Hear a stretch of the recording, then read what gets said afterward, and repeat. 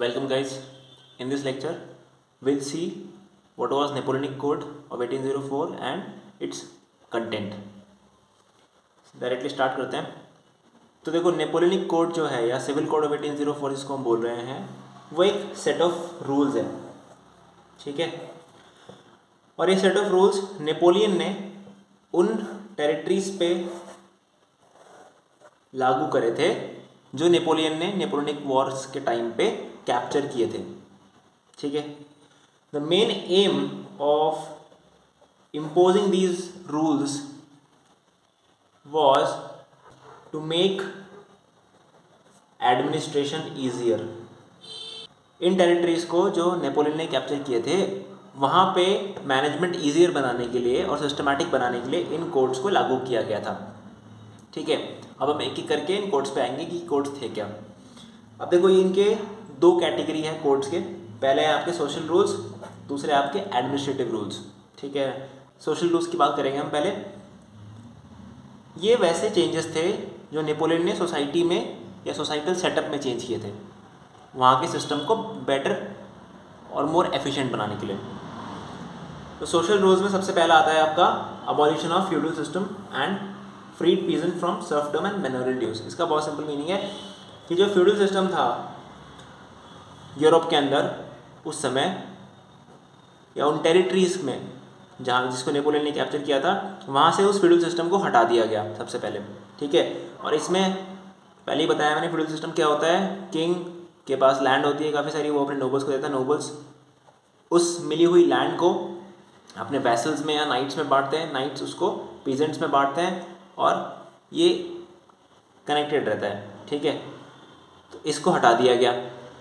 इसके बाद जो पीजेंट्स थे आपके उनको फ्री कर दिया गया from serfdom and manorial dues. ये देखते हैं क्या होते हैं दोनों. देखो, सर्फडम जो होता है आपका, ये कहता है भाई जो पीजेंट है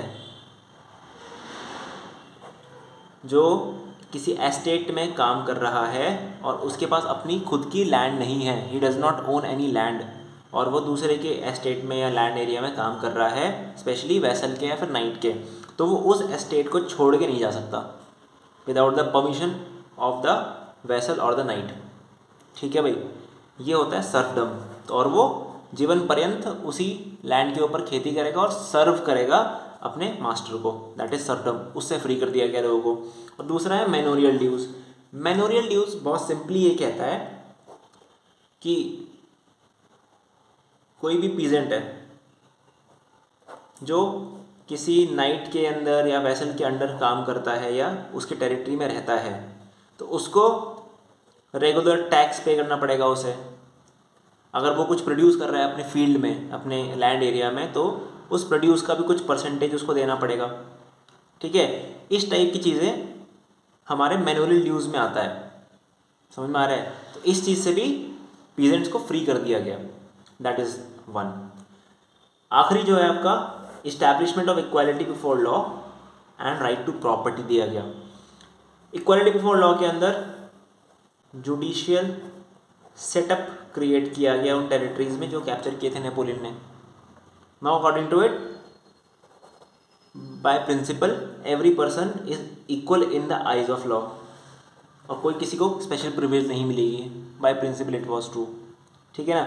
और जिन लोगों के पास खुद की प्रॉपर्टीज़ थी, जिन पीजेंट के पास अपनी छोटी मोटी लैंड ओन जो करते थे, उनको अपनी प्रॉपर्टीज़ का ओनर घोषित किया गया. ठीक है. Now they are owners of their own property if they are legally owning their property. ठीक है. और उनसे वो प्रॉपर्टी छीन नहीं सकते हो आप. So that was right to property. और ये सबको नहीं मिला था. जिनके पास लैंड थी उनको ही उनकी ही लैंड का ओनर डिक्लेयर किया गया था officially, and nobody can snatch the land from them. क्योंकि अर्लियर जो था नोबल्स और किंग या उनके वैसे थे, नाइट के हाथ में लैंड एरिया होता था और किसी से भी वो ले सकते थे लैंड एरिया. ठीक है. ये सोशल चेंजेस किए गए अंडर नेपोलियनिक कोड. और ये करे क्यों गए थे? ताकि सोसाइटी को ज़्यादा एफिशिएंट बना सके और प्रिंसिपल ऑफ इक्वालिटी प्रमोट की जा सके सोसाइटी में. इससे होना क्या था? इससे ये होना था कि लोग नाराज़ नहीं रहेंगे नेपोलियनिक रूल से और उसके अगेंस्ट नहीं जाएंगे. ठीक है. अब आगे बढ़ते हैं. कुछ एडमिनिस्ट्रेटिव रूल्स भी लागू करे गए नेपोलियनिक कोड के अंदर, उनकी एक एक करके बात करते हैं। सबसे पहला जो नेपोलियनिक कोड में एडमिनिस्ट्रेटिव रूल्स है वो था सिंप्लीफाइड एडमिनिस्ट्रेटिव डिविजन्स। नेपोलियन ने क्या किया कि भाई जो उसके अंडर टेरिटरीज थी वहाँ पे एडमिनिस्ट्रेटिव डिविजन्स को सिंप्लीफाई कर दिया। इसका मतलब क्या होता है? बहुत सिंपल इसका मतलब है कि पहले जो डिविजन्स थे, किसी डिवीजन को कोई वैसे रन कर रहा था, कोई नाइट रन कर रहा था अपने अकॉर्डिंग, कोई ऐसा फिक्स्ड सिस्टम नहीं था, वहाँ पे स्ट्रक्चर नहीं था, सिस्टमैटिक चीज़ें नहीं होती थी, ठीक है। तो उसको उसने सिस्टमैटिक बना दिया बाय क्रिएटिंग डिपार्टमेंट्स, ठीक है, by creating departments, by creating basic procedures, ठीक है, और प्रॉपर लॉ एंड ऑर्डर के थ्रू इन स्मॉल यूनिट्स को चलाया जाने लगा, जो पहले नहीं होता था। समझ में आ रहा है भाई? That is simplification of administrative divisions. इसके बाद गिल्ड रिस्ट्रिक्शंस वर रिमूव्ड। अब गिल्ड रिस्ट्रिक्शन मतलब क्या? गिल्ड मतलब होता है आपका ऑर्गेनाइजेशन ऑफ ट्रेड और कॉमर्स, उसको हम गिल्ड बोलते हैं। सो गिल्ड रिस्ट्रिक्शन रिमूव होने का मतलब यहाँ पे है कि नाउ जो आपके पीजेंट्स हैं या ट्रेडर्स हैं या बिजनेसमैन हैं, वो फ्रीली चीज़ें प्रोड्यूस कर सकते हैं और उनको कोई specific rules and regulation follow करने की ज़रूरत नहीं है, जो पहले ये गिल्ड्स बनाते थे। इससे होता क्या था कि इनकी जो प्रोडक्शन वगैरह में था उसमें लिमिट था और इनकी प्रोडक्शन कैपेबिलिटीज़ हैम्पर होती थी। इसलिए गिल्ड रिस्ट्रिक्शन रिमूव होने की वजह से now they have full freedom to produce as much as they want and they can any time leave और enter new arena of business और ट्रेड, ठीक है। अब उनको किसी गिल्ड का पार्ट होना ज़रूरी नहीं था ट्रेड या कॉमर्स में पार्टिसिपेट करने के लिए। They can do it by themselves और किसी गिल्ड के रूल्स रेगुलेशन फॉलो करने की ज़रूरत नहीं थी उनको। They can freely trade. Clear है भाई बातें? आगे मूव करते हैं। अगला तीसरा एडमिनिस्ट्रेटिव रूल जो बनाया गया इसके अंदर वो था दे improve the transportation and communication. इस कोड के थ्रू ट्रांसपोर्टेशन नेटवर्क को बेहतर बनाया गया और कम्युनिकेशन को इम्प्रूव किया गया। ट्रांसपोर्टेशन नेटवर्क का इम्प्रूव करने का मतलब यहाँ पे है जो रोड्स थी आपकी उनको बेटर कंडीशन में लाया गया, मेंटेनेंस स्टार्ट हुई उनकी, ठीक है। जिन एरियाज़ में रोड्स नहीं थी वहाँ पे रोड्स बनाए गए। क्लियर है बात ये? और उन एरियाज़ को भी रीचेबल बनाया गया। और इससे हुआ क्या आपका? इससे जो आपके ट्रूप मूवमेंट है, ट्रूप्स आपको मूव करने हैं अपने, ठीक है, वो इजी हो गया। जो आपके गुड्स मूव करेंगे ट्रेड के लिए वो इजी हो जाएगा। लोगों की मूवमेंट इजी हो जाएगी from one place to another. समझ में आ रही बात तुम्हें भाई? तो ये ट्रांसपोर्टेशन की इम्प्रूवमेंट की वजह से हुआ। और इसके बाद कम्युनिकेशन इम्प्रूव किया गया, ये हमारा नंबर 3 था।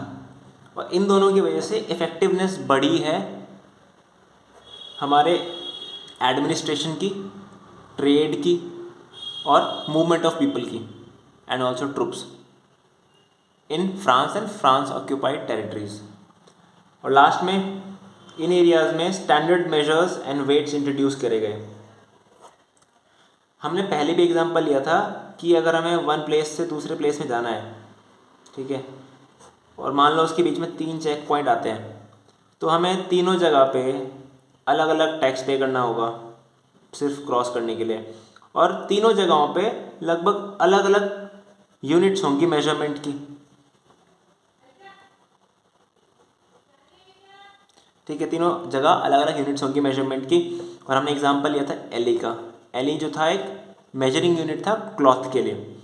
अब मान लो ए से बी जाना है आपको, तो मान लो ए में भाई जो एली का मेजरिंग वैल्यू है वो मान लो 1 ell is equal to 1.3 metres supposedly, और बी में जाते जाते वो हो गया भाई आपका 1.5 मीटर्स, ठीक है। तो इसकी वजह से काफ़ी इनकन्वीनियंस होती है लोगों में और एक डिवीजन क्रिएट होता है सोसाइटी के अंदर।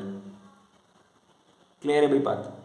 तो इस डिस्कम्फर्ट को हटाने के लिए स्टैंडर्ड कर दिया गया इन मेजर्स को और वेट्स को, ठीक है।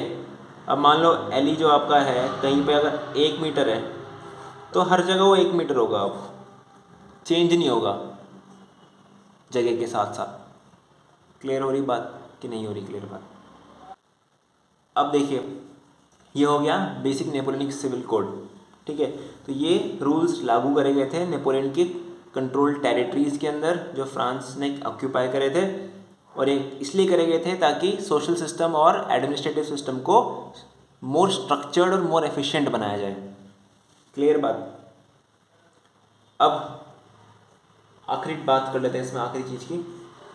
अब देखो, स्टार्टिंग में जब फ्रांस की आर्मीज़ इन जगहों में आई और इनको लिबरेट कराया तो लोग बहुत हैप्पी थे, और उनको लग रहा था कि the French armies are the harbinger of peace, ठीक है।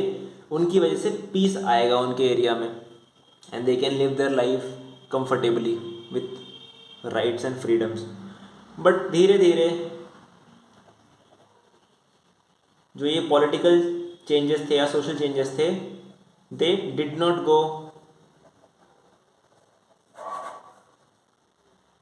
वेरी वेल, ठीक है, they did not go very well. अब हुआ क्या कि जब नेपोलियन को यूरोप के अंदर और टेरिटरीज कैप्चर करने के लिए वॉर लड़नी थी, ठीक है। अब वॉर लड़ने के लिए रिसोर्सेज चाहिए होता है और मैन चाहिए होते हैं वॉर लड़ने के लिए। तो अब इन्होंने करना क्या शुरू किया कि रिसोर्सेज के लिए लोगों के ऊपर टैक्स लगाना स्टार्ट किया। मैन लाने के लिए, नए लोग लाने के लिए आर्मी में इन्होंने कॉन्स्क्रिप्शन स्टार्ट किया कंपलसरी, कि भाई जो मेल मेंबर है उसको सर्व करना ज़रूरी है आर्मी में, इसको कॉन्स्क्रिप्शन बोलते हैं हम लोग। तो इन चीज़ों से लोग अब दोबारा से परेशान रहने लगे, और ये हमारा हो जाता है नेपोलियनिक कोड का, ठीक है। बहुत बेसिक था और होप्स हो कि समझ में आया होगा। अब मिलते हैं नेक्स्ट लेक्चर में।